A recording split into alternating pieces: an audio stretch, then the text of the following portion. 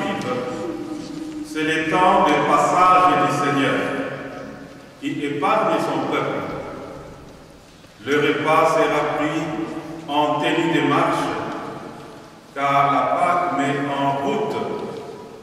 Ce qui importe, c'est le chemin, la disponibilité pour se mettre en mouvement. Dieu entend celui qui l'appelle, il les sauve, il les console, les soutient. C'est lui qui les prie avec confiance et simplicité. Jésus nous montre qu'il est le maître serviteur. Il offre, il partage le repas avec ses disciples. Mais avant, il va laver les pieds de ses disciples, car il nous donne un message. Toute sa vie, être au service des uns des autres, en instituant l'Eucharistie, le ministère sacerdotal, de tout prêtre, de tout baptisé, de tout évêque, de tout diacre, être au service des uns des autres, comme Jésus, et donner sa vie à fond. Entrons dans cette Eucharistie, le dernier repas de Jésus, l'un des derniers gestes de sa vie sur terre, de son alliance, et demandons pardon.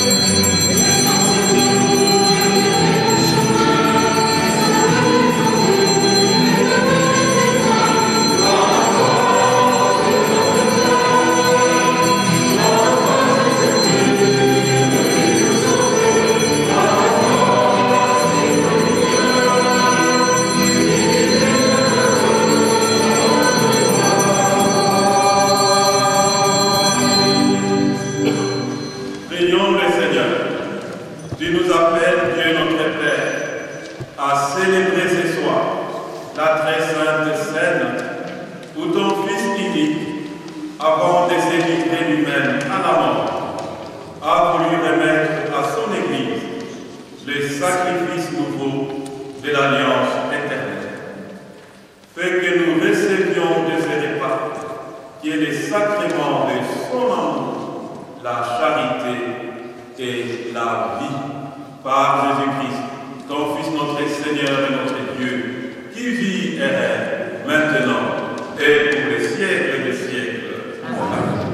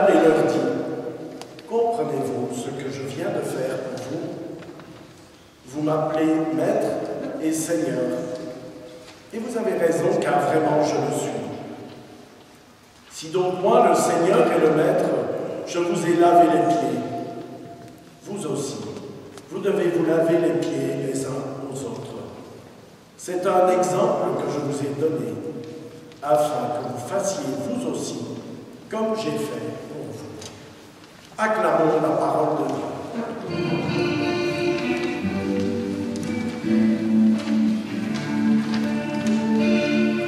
Parole de Dieu, joie pour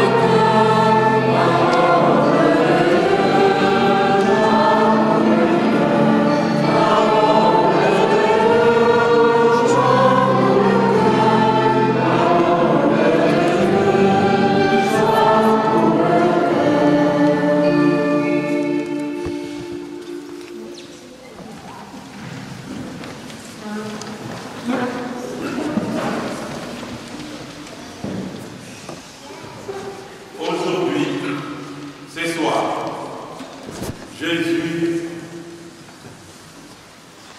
accomplit d'abord sa présence dans la fête de la Pâque juive et il crée une rupture et il apporte du neuf. Saint Luc, Saint Matthieu, Saint Marc nous parlent du repas de la dernière semaine et Saint Jean parle de lavement des pieds.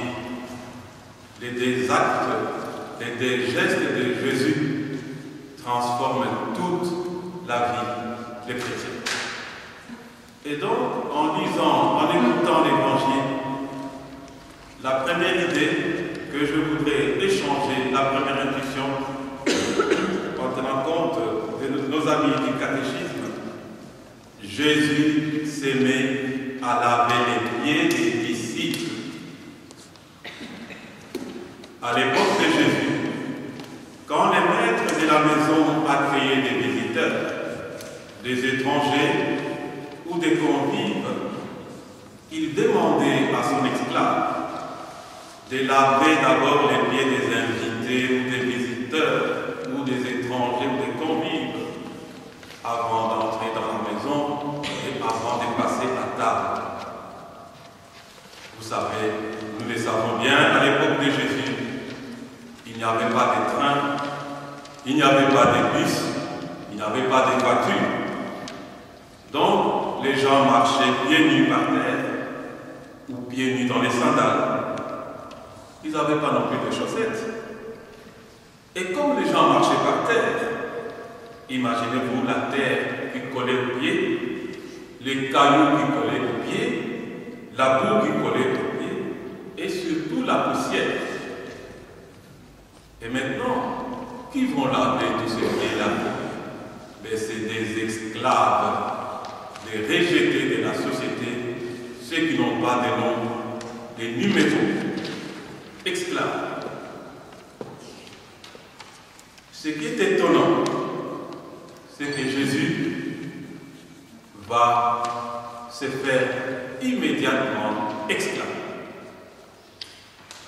Pourquoi Jésus s'est-il dépouillé? Lui qui était des conditions divines, nous dit l'Épître aux Philippiens, pourquoi il s'est rabaissé en prenant la condition humaine, mais surtout la condition de l'esclave à la veille de la Pâque juive. D'où l'importance de la dernière scène et de lavement des pieds. Lui, il savait que l'heure était venue, le temps était compté. Il savait tout ce qui attendait. Il savait aussi ce qui attendait ses amis. Mais quel amour, quelle folie. Deuxième élément que je voudrais partager avec vous, c'est la réaction de Pierre. Nous savons, Pierre aujourd'hui, c'est le Saint-Père. Pierre a trahi Jésus. Pierre a pleuré. Pierre a été pardonné. Jésus a prié pour Pierre. Quand tu reviendras, réconforte tes autres. Et là, Pierre réagit. C'est toi, Seigneur, qui me laves les pieds. Non, tu le feras jamais. Est-ce que nous comprenons la réaction de Pierre? Est-ce que toi tu comprends cette réaction de Pierre? Pourquoi a-t-il réagi de cette façon-là? Est-ce que nous faisons autre chose? C'est le monde à l'envers, Pierre. Il est révolté. Comment le travail qui était réservé aux esclaves doit-il être fait par son maître, par son roi, par son Seigneur, par le Christ, le point de Dieu? C'est lui qui lui suit toute sa vie et pour lequel il a tout quitté. C'était quand même bizarre, révoltant et déconcertant. En tout cas, moi, à sa place, j'aurais fait pareil. Mais toi, je ne sais pas qu'est-ce que tu aurais fait. La La question c'est pourquoi. Mais d'autre part, à sa place, j'aurais enfin écouté et respecté la volonté de Jésus, car il est le maître, le chef, le Seigneur, le sauveur, le numéro 1. Et on ne peut rien lui refuser, et je ne peux rien lui refuser. Pierre a fini par comprendre ça. Seigneur, non pas seulement les pieds, les mains, Seigneur, mais aussi la tête. Vous savez la suite que Jésus a donnée à cela. Est-ce que maintenant, ce soir, je comprends, aujourd'hui, ce soir, que je ne peux rien refuser à Jésus, qui me parle aussi dans mon cœur, à travers sa parole, à travers les sacrements, notamment l'Eucharistie, à travers les signes et gestes de nos histoires et de notre histoire commune de chrétiens. Quand nous prions, sommes-nous conscients qu'il nous envoie en mission de notre baptême? Troisième intuition que je voudrais partager avec vous tous, c'est que, à la réaction de Pierre, Jésus a élevé le discours. Il a encore amené plus haut. Pas simplement lui, mais tous les amis. Les 12. Et dans les 12, il y a aussi celui qui lui a trahi. Judas. Comprenez-vous ce que je viens de faire? Jésus a donné l'exemple d'un monde à l'envers, non seulement par ses paroles, mais par ses actes, par ce qu'il a fait, par son agir, par ses actes, ses actions, ses engagements. Et j'ajouterai pratico-pratique, pour dire simplement que les discours c'est bon, mais les actes disent mieux parfois que les discours. Jésus s'est mis et s'est pris, voire s'est fait pauvre parmi les pauvres, alors qu'il est le maître, le chef, le numéro 1, le roi des rois, les seigneurs, les sauveurs, les vrais hommes et les vrais dieux. Frères et sœurs, par les gestes de lavement des pieds, où d'abord il s'était pris, sa genou, lave les pieds de ses disciples, il revisite l'exode, l'esclavage du peuple d'Israël en Égypte, sa sortie de l'Égypte, toute l'histoire du salut et la libération. Il se projette dans sa passion, dans sa crucifixion, sa mort. Il se projette dans sa résurrection.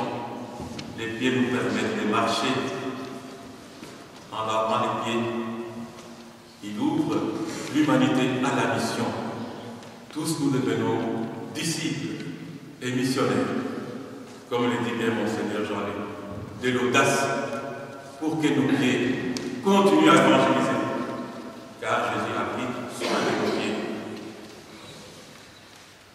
Donc je disais, il nous offre donc son amour infini. Il scelle son alliance, puisque le lavement des pieds va se poursuivre. Dans le repas de la Sainte Seine, l'institution de l'Eucharistie, c'est là qu'il a fait l'Église, les sacerdoces ministériels, les services de diacres, de prêtres, des évêques, mais de tout baptiser, car tout baptisé est prêtre, prophète et roi. L'important, c'est être fidèle aux grâces reçues à notre baptême. Quand Jésus lave les pieds de ses 12 apôtres, je disais qu'il s'est fait pauvre. Il se prend pour un pauvre.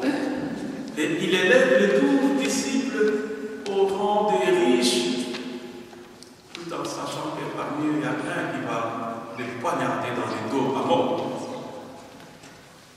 Il les élève au rang des riches et de rois. Tout vrai pouvoir, frères et sœurs, n'est crédible que dans la qualité du service rendu aux autres. pour les autres, pour leur propre bonheur à eux. Et c'est là pour la gloire de Dieu. Quatrième élément que je voudrais partager avec vous, vous aussi, vous devez faire les mêmes gestes entre vous. En faisant ces gestes, Jésus montre que c'est simple, tout le monde pouvait faire les mêmes gestes. Ça ne demande pas d'effort. Avoir un récipient, avoir de l'eau, et la vérité de Dieu. En faisant ces gestes, Jésus montre que tout le monde pouvait faire les mêmes gestes, comme le roi l'aurait fait aux esclaves. Jésus veut que l'on puisse se mettre au service des uns et des autres avec joie. À la suite de Jésus, aujourd'hui, ce soir, que chacun de nous cherche à prendre une résolution. Par exemple, j'aimerais être une personne fidèle, une personne aimable, une personne généreuse. Ou j'aimerais être simplement humble serviteur. Ou j'aimerais faire confiance à Jésus, accepter sa parole. Frères et sœurs, que chacun prenne une résolution pour voir comment, aujourd'hui, en instituant l'Eucharistie, les sacerdoces ministériels, par les gestes de lavement des pieds et la Sainte Seine, comment accueillir et être au service de nos familles, de nos communautés, de notre société, du monde, accueillir les pieds de chacun, ses joies, ses peines, ses malheurs, ses souffrances, ses révoltes, les offrir à Dieu et permettre à chacun, en toute liberté, de sautiller pour annoncer l'évangile au monde, au nom du Christ qui vit et règne maintenant et pour les siècles des siècles. Amen.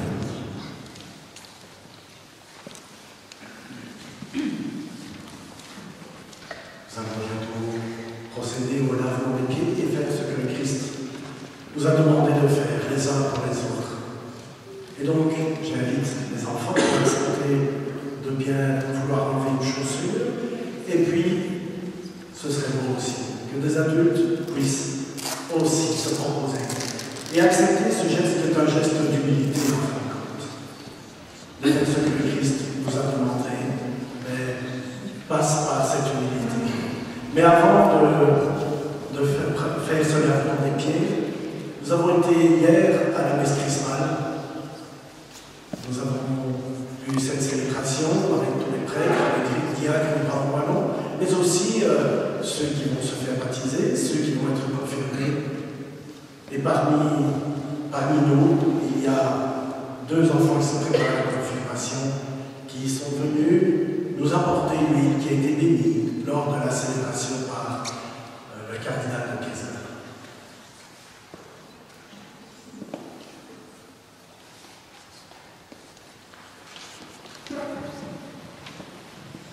Hier, suite à votre homélie père, les enfants ont eux aussi pris des engagements. Et en voici en tout cas un que l'équipe de KT a appliqué. Aider une personne âgée. Rester concentré sur les travaux scolaires. Et il y a encore plein d'intentions, d'actes qui peuvent se rajouter.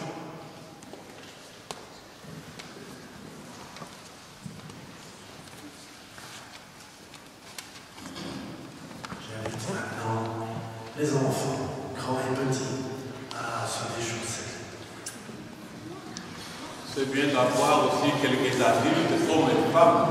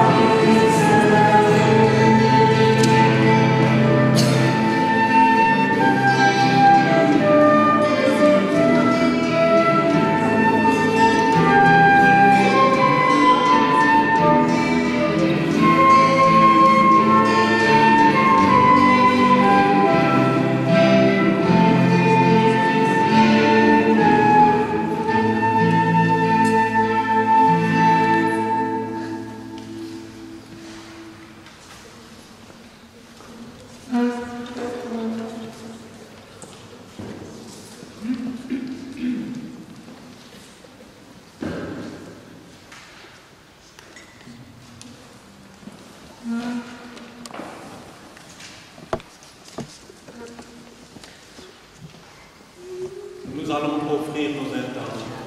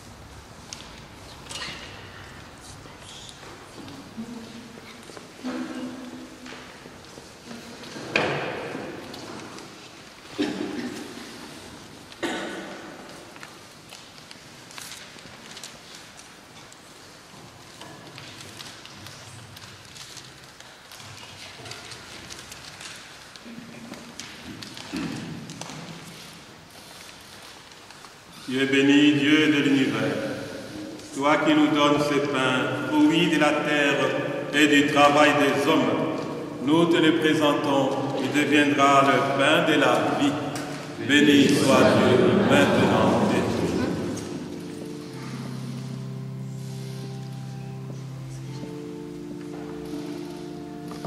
Comme c'est au semer le vin pour les surveillances qui sont notre humanité, ce qui est notre humanité. Tu es béni, Dieu de l'univers, toi qui nous donnes ces vins, fruit de la vigne et du travail des hommes. Nous te le présentons, il deviendra le vin du royaume éternel. Béni soit Dieu, maintenant et toujours. Humble et pauvre, nous te supplions, Seigneur, accueille-nous que notre sacrifice en ces jours. Trouve grâce devant toi. Lave-moi de mes fautes, Seigneur. Purifie-moi de mon péché.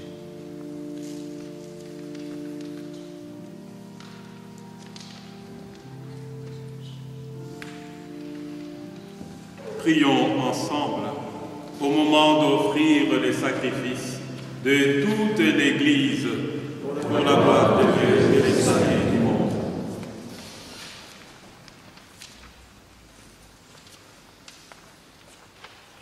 Seigneur, accorde-nous la grâce de vraiment participer à cette Eucharistie, car chaque fois qu'est célébré ces sacrifices en mémorial, c'est l'œuvre de notre rédemption qui s'accomplit par Jésus-Christ, ton Fils, notre Seigneur et notre Dieu, qui vit et règne maintenant et pour les siècles des siècles. Amen. Le Seigneur soit avec nous. Élevons notre cœur. Rendons grâce au Seigneur, notre Dieu. Vraiment, il est juste et bon de te rendre gloire, de t'offrir notre action de grâce toujours et en tout lieu. À toi, Père très saint, Dieu éternel et tout-puissant, par le Christ notre Seigneur.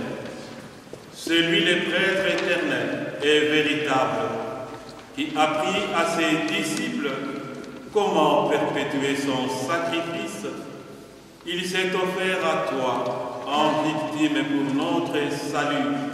Il nous a prescrit d'accomplir après lui cette offrande pour célébrer son mémorial.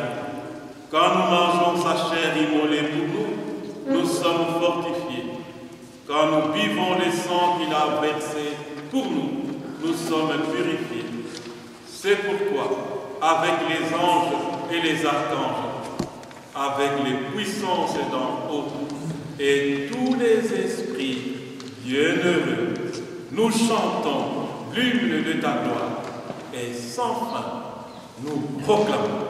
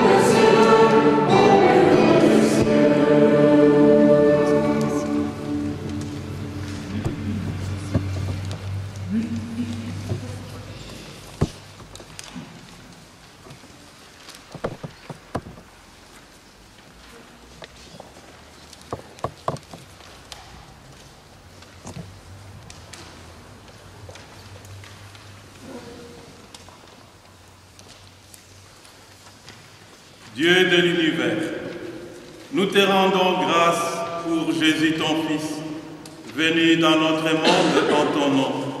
Il est la parole qui sauve les hommes. Il est la main que tu tends aux pécheurs. Il est le chemin par où nous arrive la véritable paix. Alors que nous étions loin de toi, Dieu notre Père, c'est par lui que tu nous as fait revenir. C'est lui, ton propre Fils, qui a été livré au pouvoir des hommes, afin que nous soyons par sa mort en paix avec toi et entre nous. Ainsi pouvons-nous maintenant célébrer en reconnaissance les mystères de cette réconciliation qui nous a lui-même obtenus. Nous t'en prions, Père, sanctifie ces offrandes par la puissance de ton Esprit, alors que nous accomplissons ce que Jésus nous a dit de faire.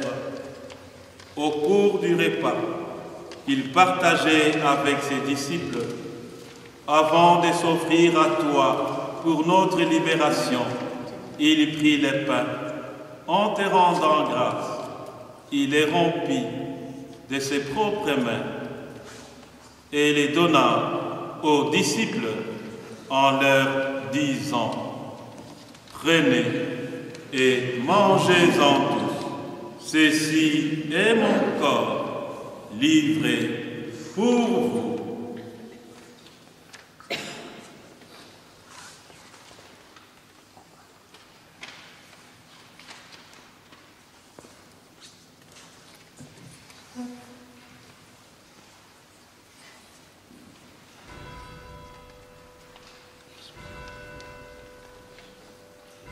De la même façon, ce soir-là, tenant entre ses mains la coupe de bénédiction, il te rendit grâce pour ta miséricorde.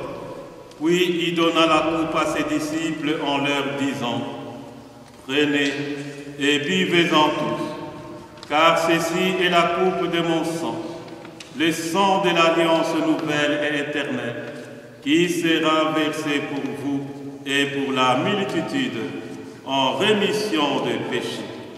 Vous ferez cela en mémoire de moi.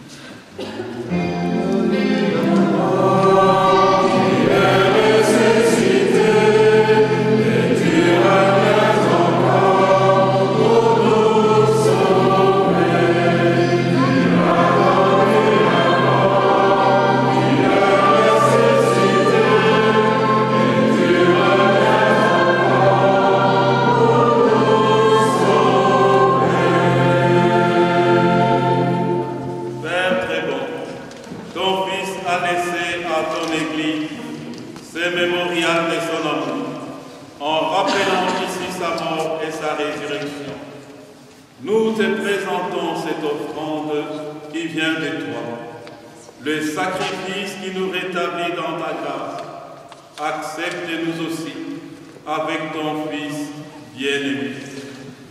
Donne-nous dans ce repas ton Esprit Saint, qu'il fasse disparaître les causes de nos divisions, qu'il nous établisse dans une charité plus grande, en communion avec les papes François, notre évêque, le cardinal Joseph, les collèges épiscopaux, notre évêque auxiliaire Jean-Luc et ton peuple tout entier.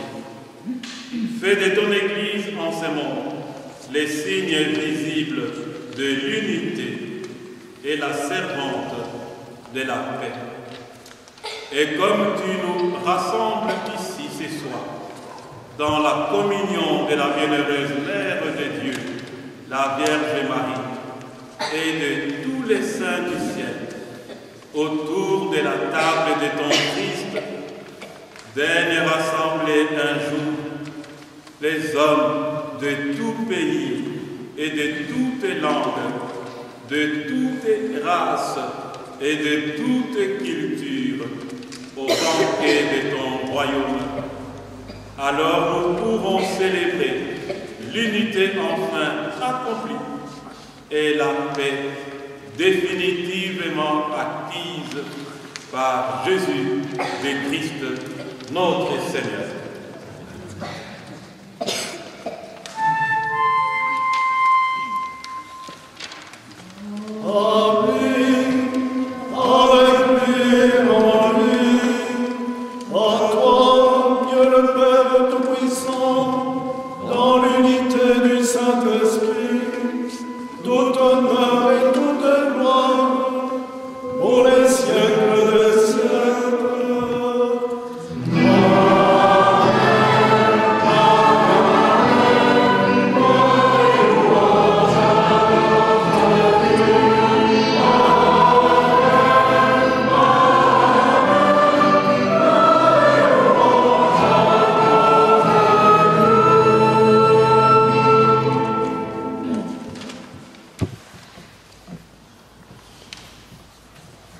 Comme nous l'avons appris du Sauveur, et selon son commandement, en nous donnant la main, nous osons mort.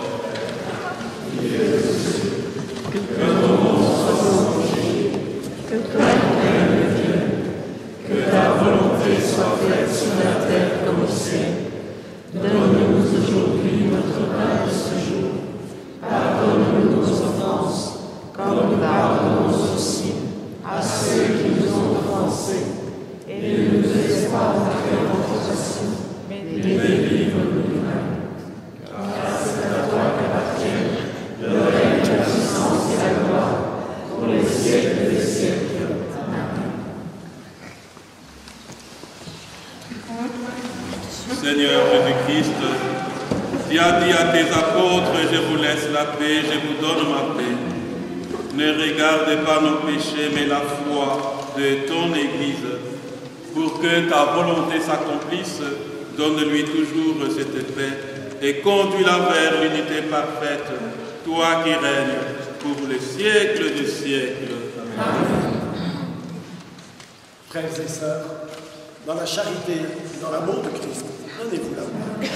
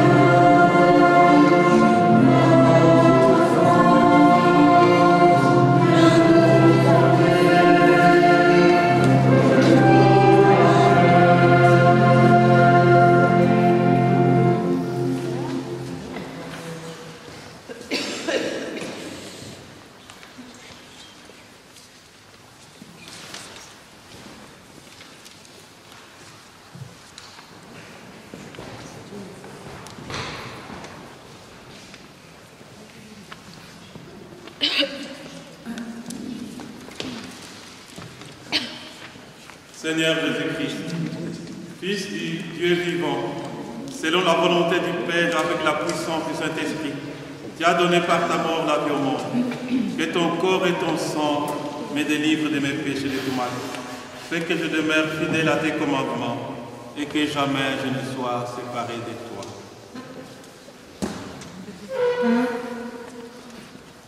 Heureux les invités au repas du Seigneur.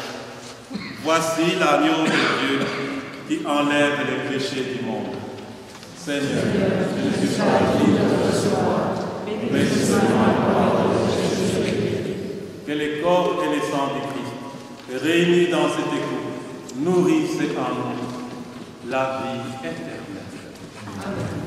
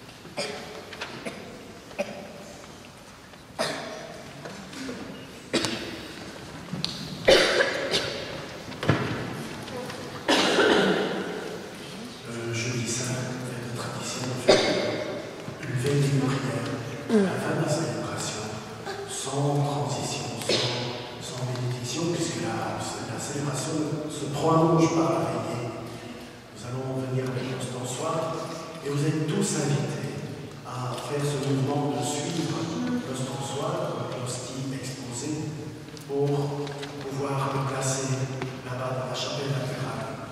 Après ça, vous restez le temps que vous pouvez et que les enfants soient les bienvenus, surtout dans la première partie, parce qu'ils ont leur place aussi. Il y a une boîte qui s'appelle Pardon. Il y a un panier qui s'appelle Merci. La boîte Pardon, elle sera brûlée lors du feu pascal. Et dedans, on peut y mettre tous les fardeaux que nous portons. Nous avons envie d'exprimer un pardon, nous avons envie de déposer quelque chose que nous avons du mal à porter. Eh bien, nous le déposons devant le Seigneur. Et ça brûlera par le feu pascal. Et puis le panier de merci. Mais ce sont les louanges. On rend grâce. On dit merci Seigneur pour une grâce obtenue. Et ce panier sera présent à la veillée pascale. On viendra avec les offrandes, tout simplement. Rien n'est destiné à être lu devant tous. C'est un rendez-vous avec le Seigneur que vous allez prendre, si vous souhaitez, le temps que vous voulez, ici, dans la chapelle latérale.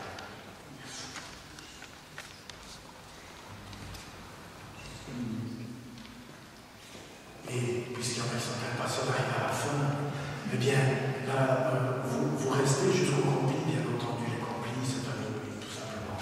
Ça se terminera à minuit. Donc, les complis, c'est minuit moins quart. Et donc, vous êtes le bienvenu. Et même si vous avez quelque chose à faire, vous pouvez revenir à ce moment.